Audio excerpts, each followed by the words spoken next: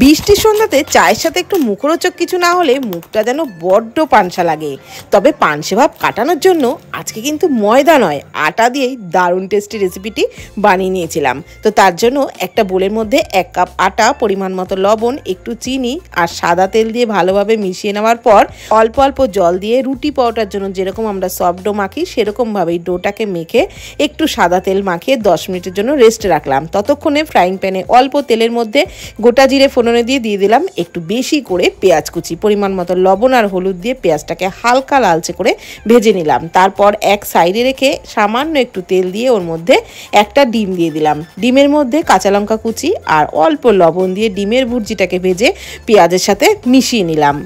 তারপর এর মধ্যে দিয়ে দিলাম একটু চাট মশলা আর গরম মশলার গুঁড়ো। নাড়াচাড়া করে ডিম পেঁয়াজের পুরটাকে নামিয়ে ঠান্ডা করে নিলাম। এদিকে যে ডোটা মেখে রেখেছিলাম তার থেকে ছোট ছোট করে লেচি কেটে নিলাম। চাকি বেলুনের মধ্যে অল্প তেল মাখিয়ে নিয়ে এক একটা লেচি নিয়ে এইভাবে একদম পাতলা করে একটু লম্বা মতনই বেলে নিলাম। মাঝখানে ওই ডিম পেঁয়াজের পুরটা একটু লম্বা করে দিলাম আর দুপাশ থেকে এইভাবে দুটো ভাঁজ করে দিলাম। উপর নিচ থেকেও দুটো ছোট ছোট ভাঁজ করে একদম সিল করে দিলাম।